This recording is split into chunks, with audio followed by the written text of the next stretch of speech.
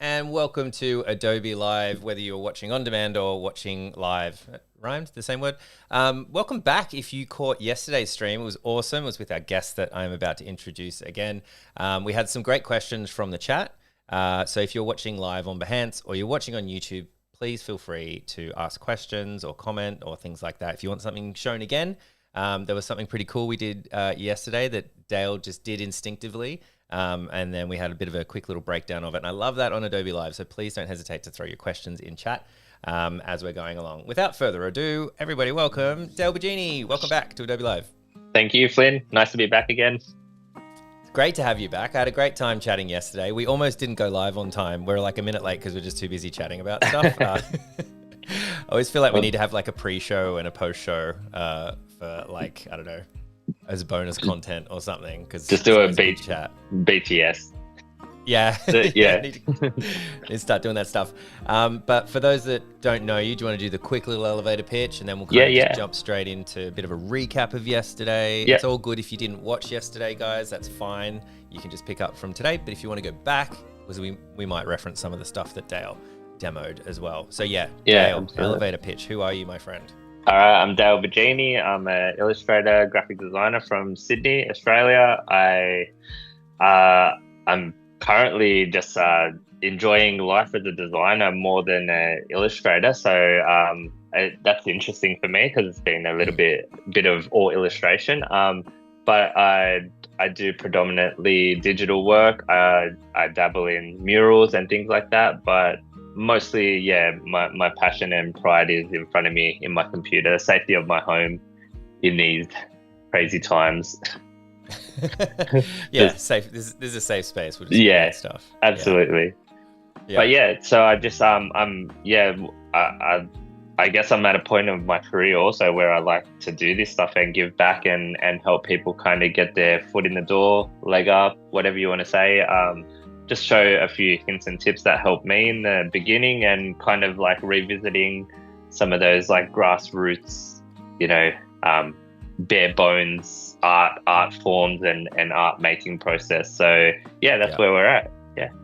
Nice. Yeah. It's, I think there was a couple of techniques I think that have been around for a long time, and we were talking about like how sometimes like the old ways are the best ways. And I know we had some comments about the approach to kind of lifting the texture, like the ink texture. I'll start sharing a screen so people can have a little bit of visual there. And starting to pick up some of these textures, like, because there's obviously lots of different ways that you could do this. There's AI methods now, there's, all sorts of different things. And I think you use the color selector, color picker. And it behaved in a certain way that it allowed transparent pixels, like behind the back and stuff like that. Yeah, so we can see it in here if you look closely. It all depends on the color. Again, we spoke about the quality of this artwork being a bit lower res yesterday, but we're just, for the sake of not breaking my computer, we're going to work a bit lower res today.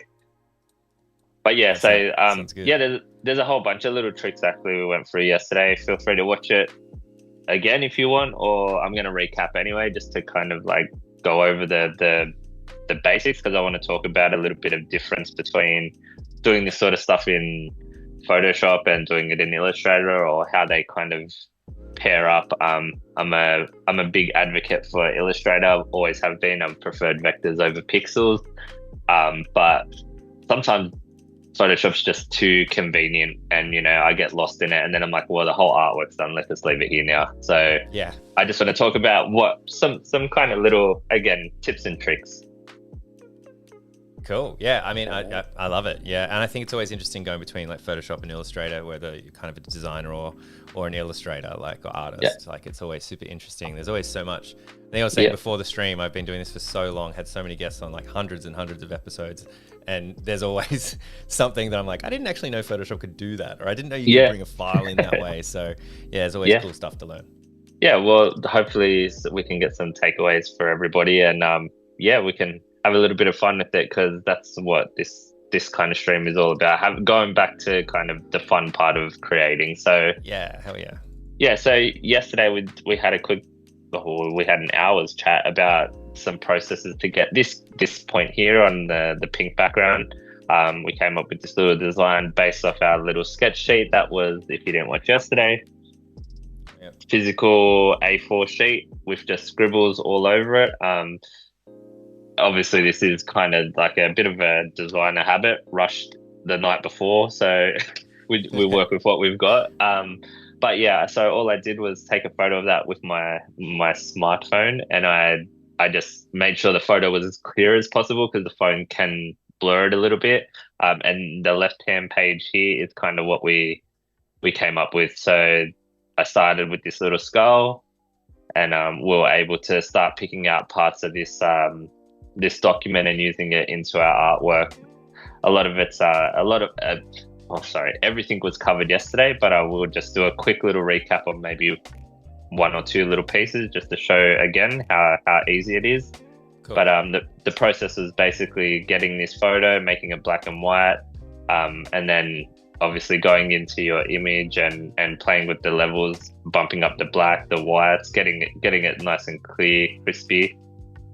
So you can basically select whichever parts you want. So all I'm going to do, you can already see the parts that I cut out yesterday, the ones that are a little bit now darker, but maybe we'll just take out something, just something to add, just so that we can have the chat again. So I'm just grabbing the lasso tool, and I'm just going to select any part of this as rough as you want, create a new layer, drag that layer in. Now my artwork, my artboard over here, we discussed two separate ways of doing things. You can do things with the adjustment layers down here and adding adjustment layers. Up to you, however you want to do it. I guess we also spoke about destructive and I guess non-destructive forms of designing and building.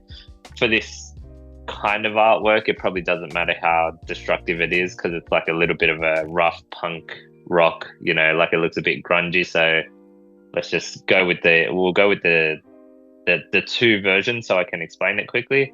All you're doing with the adjustment layers down here, you just click on here, you pick your levels, and then you play around with this. Oh, sorry, that's doing the whole artwork. My bad. Let's just drag this to the top. Oh, look at my double click is too quick.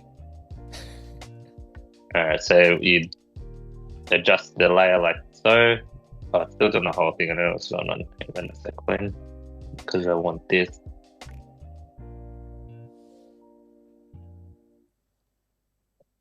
Anything that can go wrong will go wrong. That's happening. Oh yeah, when we're live. For sure. Yeah. Okay. All right.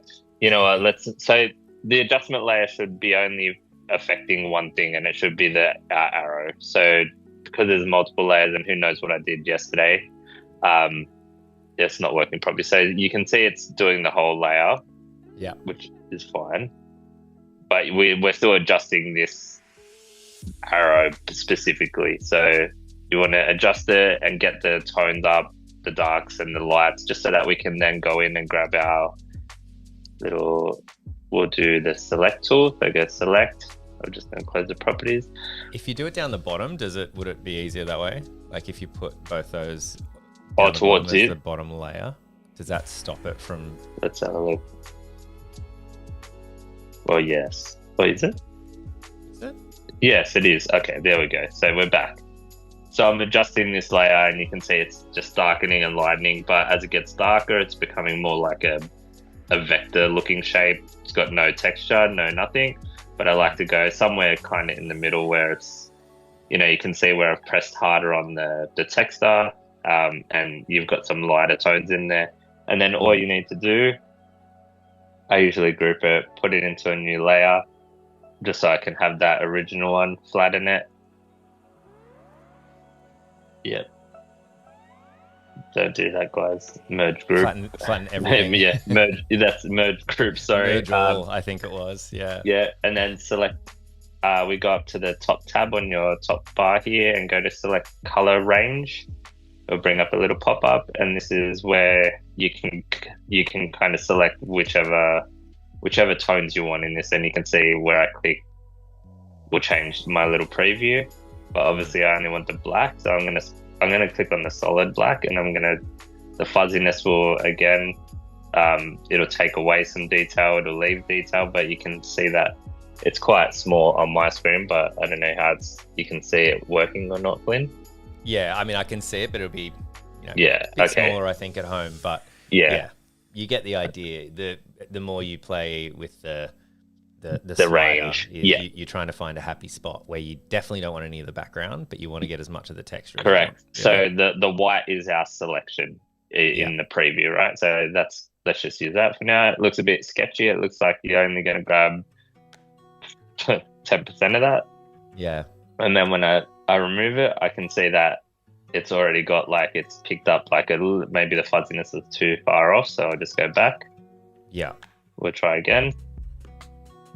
And it is just it's a lot of playing around, but this is the part that we spoke about yesterday, where it's like, you're getting it to the point where you're comfortable and you're happy with it. So you take your time. There's another one that's a bit better, and now I've got my arrow that can go up here, and I can turn all my stuff back on. Oh, not you. Alright, so now I've got my little arrow in there, and I can either leave it as per the drawing, or I can, we can go in, scale it, flip it, whatever the case may be. You got all these cool little angles and stuff, but also we can then add a adjustment layer again, and we can colorize it, and you can pick whatever color you wish. I think my computer's struggling a little bit. It's been a bit of a morning for it. But you can see I can pick any color, and it's now like an editable piece of art that's come from our original sketch. So it's quite a quick, easy process. It just makes it a little bit more, I guess, organic looking, natural looking, whatever the term may be. But I like the thought of going from drawing to digitized element. That's, I can move, I can even go in and I can do some warping and stuff like that. So I can move all this stuff around, and we can get some new angles and stuff, whatever the case may be. But you haven't had to pick up a pen tool or have a Wacom or anything like that. You can do this stuff. I think that's a really good point, because you could think that, I think because we do a lot of live streams with professional illustrators, right? Correct. And everybody will have invested in a stylus of some kind, often it's a Wacom. Yeah. And so if you're starting out, that's a big investment. That's kind of like, how do I become a professional photographer? And they're like, all right, you need about $20,000 for equipment. You're like, whoa, I might not even like photography. So it's a great way to kind of, anyone can do this process, really. Yeah. So I'm using literally my mouse, and I'm just you can kind of tell, obviously, when I'm drawing the lasso tool here, you can see it's a little bit wonky, versus if I use my tablet, it's quite, it's quicker and it's a bit neater. Anyway, you use the tools that we have in front of us. I'm blessed to have the Wacom, and I'm always really grateful for the tech where I'm at, and in my career it helps a lot. But don't be disheartened if you don't have it, because cool things can still be created on a mouse and trackpad if that's what you got. So that's the kind of vibe we went with yesterday. We we're kind of talking about all the different kind of ways that you can have this all sort of built, and working on the gradients and tweaking the warping and all that sort of stuff. And that's kind of it for Photoshop. But I wanted to talk about how maybe I want to turn this or do the same kind of artwork and take it into Illustrator, and how it kind of translates or what happens. Because a lot of people are vector people, and they think that printers only want vectors. It's 2026. Printers do not just need vectors. They can work with whatever now. It's kind of it's a free for all. So, but I'm a little bit old school, and I like vectors, and I think Illustrator is the master of clean and easy to work with. So we'll have a little play around there. And just before we move on, 2 screens, 2 windows is what we're talking about yesterday. Up here, window, arrange, and you can pick your arrangement however you wish. You can have them on top of each other, or you can have 3, 4, sticks. So, but this is just handy for, you know, crossing over, or, you know, you could have your reference photo over here of what you're trying to achieve, and this is your working file. So, yeah. or and I think there's a way to do it where it's the same file, can't you? You can have, because I've seen people with like a fully zoomed out version. I don't know if it's done the same way, but I have seen that. I know that some people do have, if they've got like dual monitors. I think I've seen them do that, where it's almost like a mirror of what they're working on, kind of thing. But I'm not too sure about that one in here. Yeah, cool. It would exist, I'm sure, but this is my favorite, because it's just like straight to the, like, you know, I know exactly where it's coming from, where it's going, and yeah, you know, I've used it to recreate artwork that I accidentally flattened before. So, you know, I just want to do make as I sure say, that, not as I do. Yeah, totally. yeah. That's all awesome. right. So I'm just gonna open up Illustrator. We'll just jump across here. Cool. All right. So I'm just gonna. Anyone watching, if you've got any questions, just throw them in chat, as we are live. We're definitely live today. So let us know. Yeah, definitely live. It's been a wonderful day. it's been a busy week for Dale. Yeah. All right. So same process as Photoshop. I know we don't have to explain how to open a new folder, new file. I'm just going to open a new file, and here I have my blank document.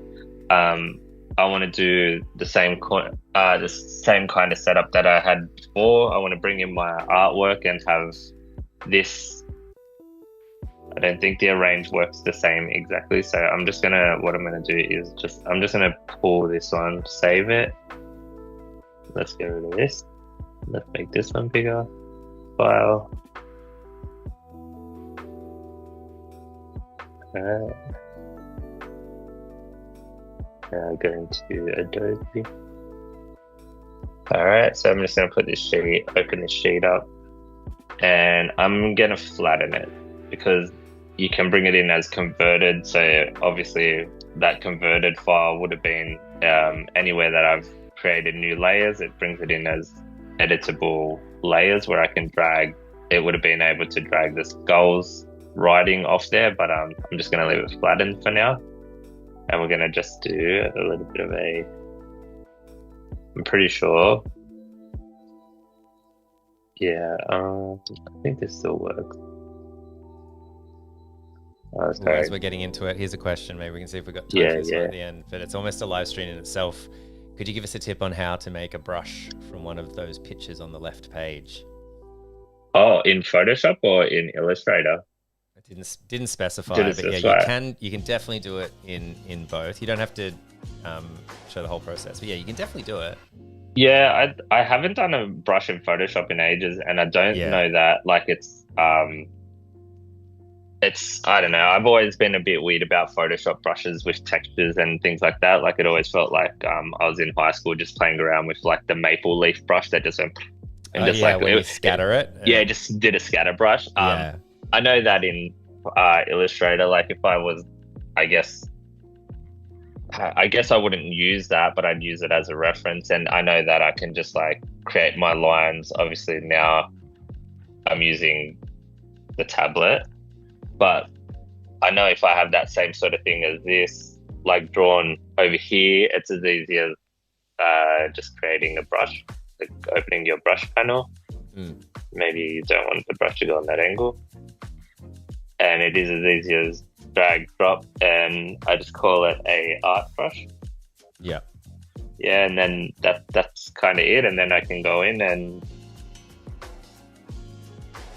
I mean, that's as easy as it is in Illustrator. It becomes like a cool little crosshatch brush, but they're not bad eyelash. Yeah, kind of thing well. Eyebrow. Yeah, perfect. Cool. So yeah, it's pretty easy in Illustrator. Obviously, I use Illustrator a lot more, so I won't bore you with me stumbling around Photoshop too much trying to do a janky brush. But if you want, we can talk offline, and I can help you out for sure. That's a good one. That was a really quick little brush demo. That's our social clip, I think.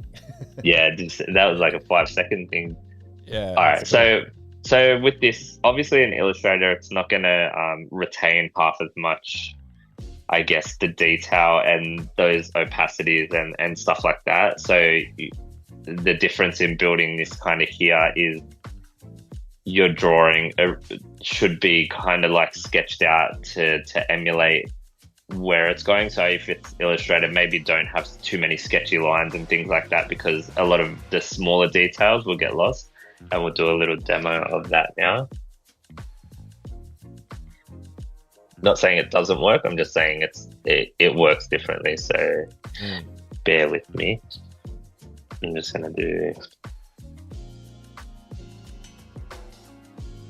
Alright, I'm just gonna do it like this, guys. I'm gonna copy this.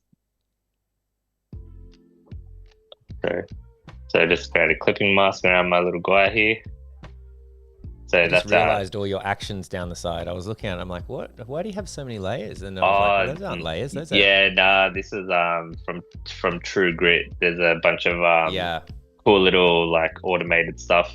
I haven't used actions in ages. I think it's just been preloaded, and I kind of my layers are, where are my layers? Not even open, guys. Yeah. That's how confident I am. Let's just open it actually.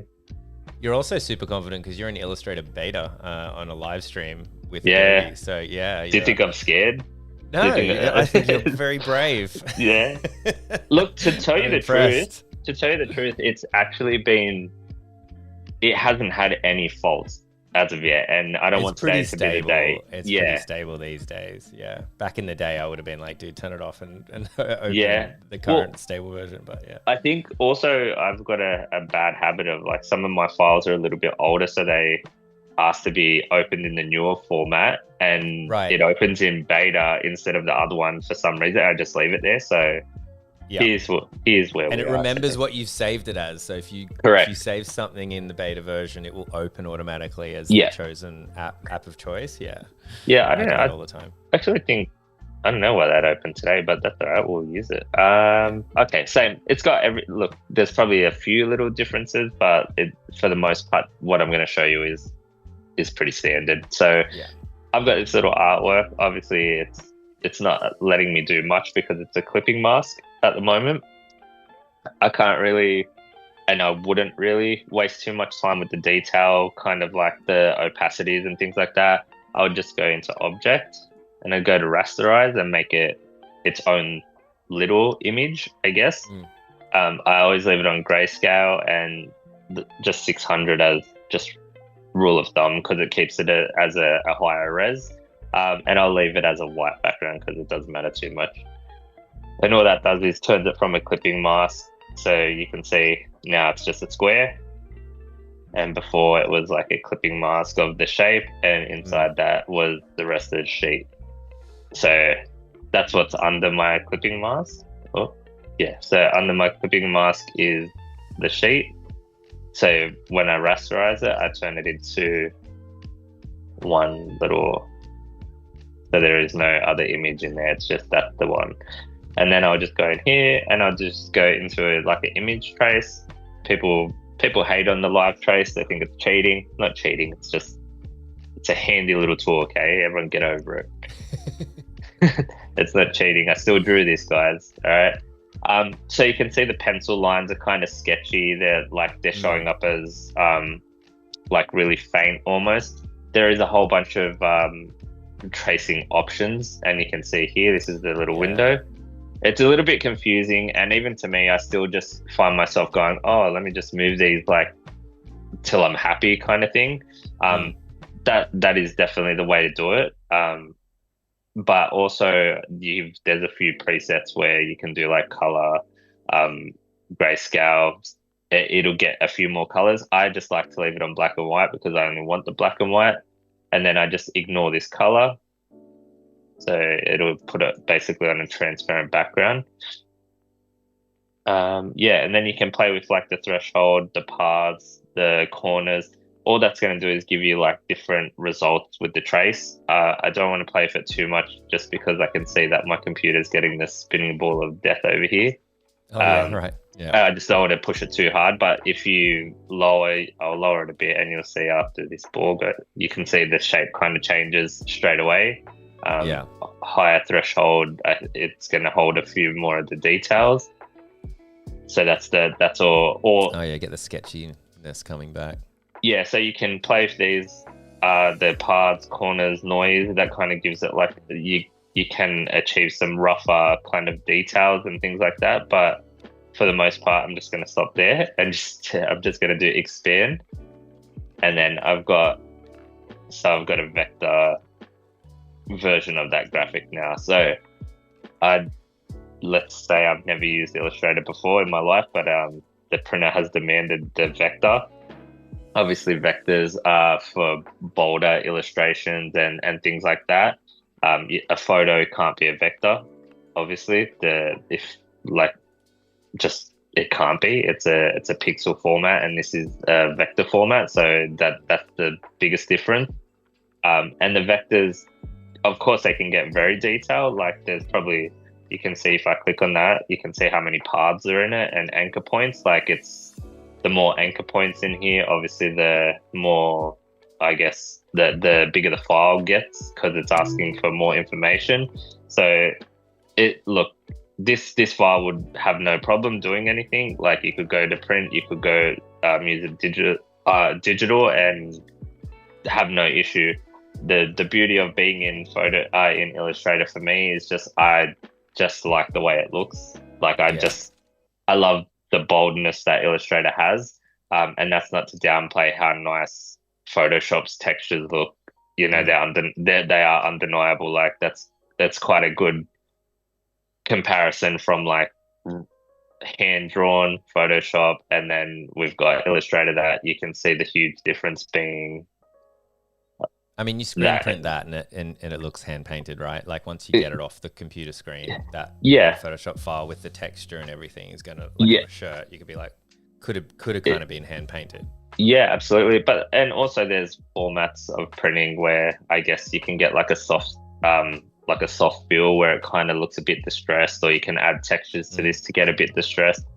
You can get it close, but for the most part, this is showing you that, again, I didn't draw anything. I didn't use a tablet. I didn't, I can get my mouse and I can add to this whatever I want. Let's just go, maybe we don't want the color to be perfect around it. So I'll use the mouse tool because that's what we're doing today. And then I'll just maybe I'll do a new layer, and we'll call that scan, and we'll call one more layer outline, and then we'll call this layer color, and I might just move this scan, obviously, you can just drag this, it's on the right layer, move this onto its outline layer, lock the other one, lock the outline, and then in the color layer, I'll just get whatever color we want. It's doing that weird. It does this thing where it just converts this to grayscale. So I'm picking red, but it turns it to the grayscale. They just change it to RGB for now, and we'll do it. Did it change the document? Or the document was RGB, but it does this thing sometimes when it opens. Maybe this is the perfect time to talk about beta doing weird things. That says RGB, but up here in my color, it's like set to grayscale. So if I've got to physically do that, but I haven't actually been in beta for a bit, so maybe. Yeah, it's a good thing to show though. Like if someone's watching this, like this can happen. Like don't freak. Beta, but it can just kind of do stuff like that. Definitely don't freak out. Thinking, why am I selecting colors and it's always just shades of gray? Well, I think. Let me see for that. Yeah, so now it's set to RGB, but if it says RGB up here, your document is definitely working in the correct format for you. But check your color palette and just double check that this is on RGB or CMYK, whatever you want it to be. And then when I'm just gonna this is again gonna be a little bit janky because I want it to be, but I'm also doing this with the mouse, and those lines are reflective of my mouse skills. And there we go, we got like a little bit of I like the little bit of white shone through there. So now I've got like that little thing. And we can do the same process to kind of like emulate what we got here. You know, I could show you how we can get this skull, the one in the background, that's made up out of all those little dots. So we can show you how they translate over to Illustrator, but I'll just make this black. Do an adjustment layer. I like to do sneaky things like this that are real lazy. I just make it a black skull, and then I might just, sometimes it doesn't come over across properly, so I always flatten it, and I just drag it into Photoshop, sorry, into Illustrator, and now he's over here.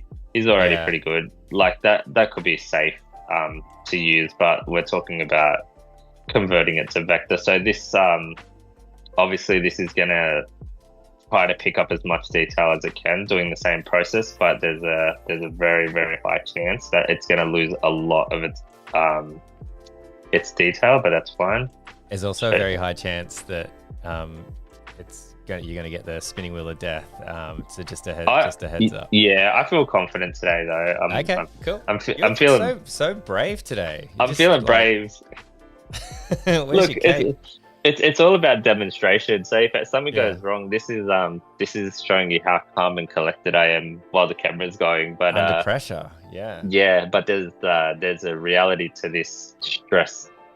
It can get bad, but so you can see what happened. The live trace does like a pretty mundane job of trying to get all those little dots. But again, if you play with the threshold a little bit, and you play with your paths and stuff, you can get a bit back. But it's never going to look like, it's never going to look as good as the other version. You know, in Photoshop, it can hold a lot more of that detail and things like that.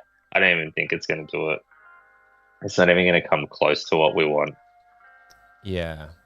And if you're watching, like for people watching the video as well, he's kind of changing the slider and then Illustrator's thinking and doing it for a little bit because there's so many. It's got it. So just the way vectors work, the more complicated it is. They're all points, right? They're all points and curves, and it's all 0 and 1 data. Like it's very different to kind of work in Photoshop with pixels. So exactly, and for a point of different, a point of conversation. So I said that I would only use black and white, but obviously, like you can go through here and tweak things and create presets and things like that to make this, you know, work into your favor.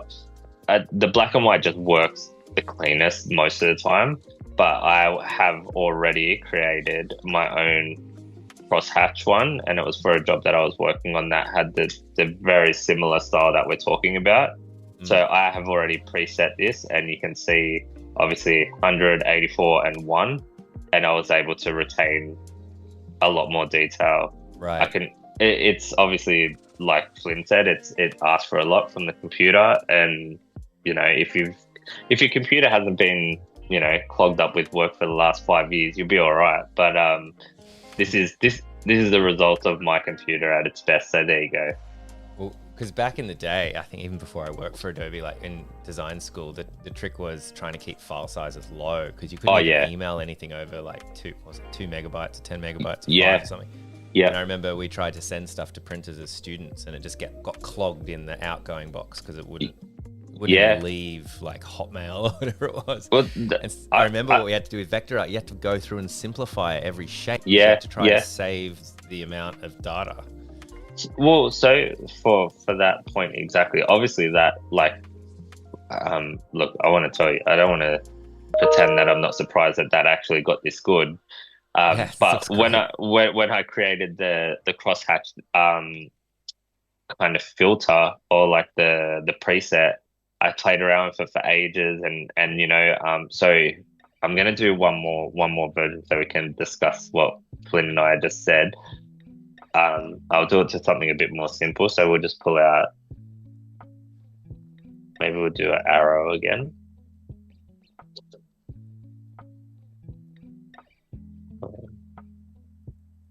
So I'm just gonna do the same thing.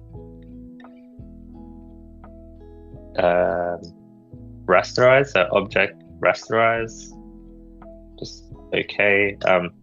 if you want to rewatch the video and check what settings these are on, feel free to go back. There's no gatekeeping. I'm not trying to, like, I'm not holding on to anything that I do or anything.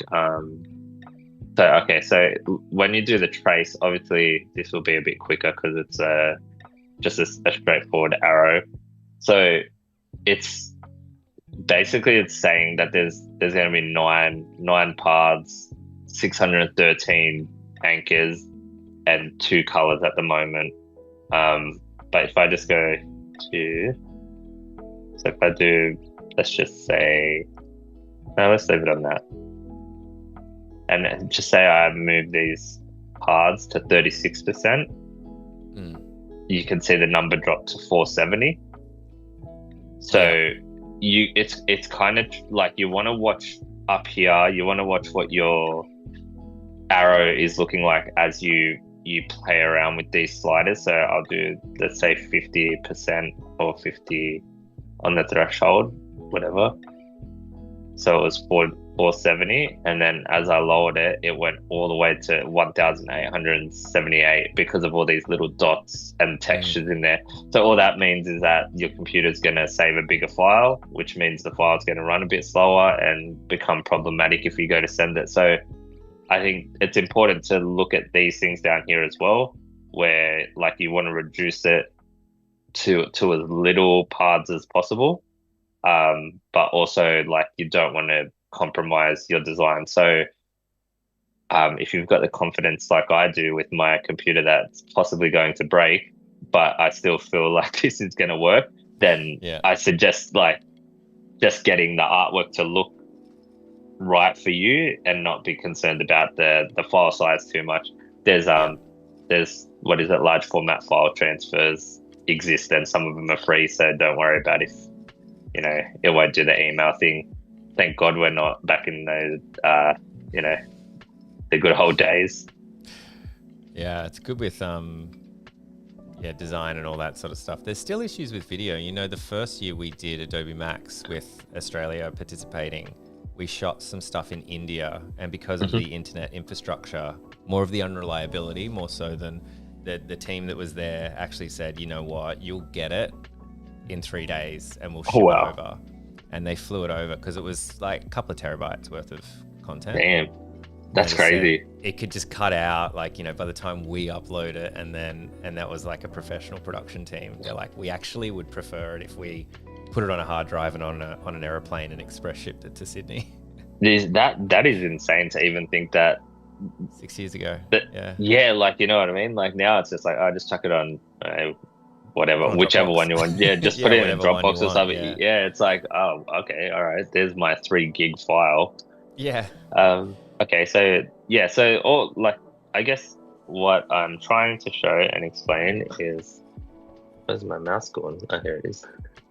So I've got the light on, I couldn't even see my where my mouse was. All right, so we've kind of, like, when we're talking about like the effect we're going for and what it's looking like versus on Photoshop, I just want to do a little bit of a closer to what we had. Don't worry about that gradient. So you can see that this artwork, obviously it doesn't have the transparency, and you can drop it in Illustrator, but it doesn't have like a natural feel to it or anything, right? Like, it's the Photoshop version, and for argument's sake, what it looks like is it's much more like appealing. I'm just gonna close this one for a bit, so you can close your little dual screen there. But you can see like the difference between how Photoshop sees that file and the level of detail versus the Illustrator it definitely is worlds apart. Like, Photoshop can hold on to each little pixel, which is a square in this pink skull in the back, and it can even hold this like transparency that's going on, in the white skull, which feels like perfectly, I guess, hand drawn. This looks hand drawn, but it also still feels like it's very digital. You can see Yeah. that digital translation, and the skull in the background 100% loses. Like Illustrator, just if it could do all these tiny little squares in here, it would. But and I'm sure if you played around enough, you could probably get it closer to feeling like it's all squares. But this is what happens when you live trace and information just overload. But does it look bad? No. Is it like what you wanted? Probably not. But it's you're talking about two different worlds. You know, we're talking about the difference between how they translate, I guess, as a program. But I still think that the principles of creation are the same. So you've got your photo, and you've got this like cheat sheet of like all your little graphics and stuff, and all you're doing is converting it into a vector state, which is, it's just a little bit more user friendly sometimes. I think like Illustrator is really quick when you need to grab things and like edit and do things like that, where Photoshop has a lot of these like the adjustment layers where you could be double clicking and clicking on things and extra windows popping up, where I'm the kind of guy that just wants to scan it in, have my drawing digitized, whether it's me redrawing it or live tracing it, it doesn't matter. And then I want to be able to change the colors as quick as possible. So you know, I guess the biggest take home point is it all starts from a simple place. Yeah. You know, and that simple place can be brought into either option, Photoshop or Illustrator, and you can have a cool looking artwork that's come from, you know, just from sketching and not having a tablet or not having the full skill set to go in and grab the pen tool and do all your curves and anchors and, you know, all that sort of stuff. Like, because it is very overwhelming. I remember when I started Illustrator, I'd click on the pen tool, watch guys online, and they're like, here's, you know, the Mona Lisa repainted in Illustrator. And I'm like, how'd they do it so quick? And I'm there like, oh, yep, I'm doing my curves and trying to get them and trying to draw a skull. And yeah, it is not easy, but it is like, obviously over time it gets much easier. But I guess the tips and I guess what I'm trying to get at is, if you have a circle that you've drawn and you bring it in here and it's a drawn circle, then you can come in and not even have to worry too much if you know how to use Illustrator or not. You grab the pencil tool. I'm just going to lock that one because it's going to be a problem, the blue one. So I can go now, I can click on my little skull. So I've got this one. I'll do it in a different color. I'll do it white, and I might even just hide this guy's for now. Oh, see, trouble. He's trouble, that thing. Just make it. I just hide it so I can't see it for a sec. So now I've got this graphic. I can go in and the pencil tool will literally, like, again, this is going to be a bit sketchy, but I'm allowed to because the whole concept is sketchy. But I'm using the mouse, and I'm just going to go, I need an extra bit of white here, and it's going to reshape certain parts, you know. So if you're not entirely happy, and that thing, you can cut through there and fix that line there. So you can finesse it and still go and craft it in Illustrator and not know too much about Illustrator. Just know that the object has to be showing you all its anchor points, and then, oh, sorry, make sure it's only one object that it's grabbing. So I've locked all these layers. You can see I'm clicking and I can't move it. Only the white, sorry. But yeah, I will go in with the pen tool and pencil tool, and maybe I want to try to get some of that length back in these parts. So I can go in and just edit things with the pencil tool. I can add. You're not pressing Shift or Command or Alt or anything to I'm just add or subtract. It just figures it out. Yeah, so all I am doing is making sure that it starts on the line and not past the lines, because I believe if I do through here to here, it doesn't quite. It's just doing a line. Yeah, it thinks you're drawing. So it thinks, so when the star disappears, I start my line. Sorry, the star on the pencil. I don't know. I can't make it any bigger, but you can see the little star appears and disappears. So if I start when it's disappeared and I start drawing, and then I come back to here, obviously nothing shows me that I'm back on, but I can see the tip of the pencil is there. It will just continue that shape. So you can start adding, and the same goes if you go the opposite way. All you have to know is that disappears, and then I can cut that section. Yeah.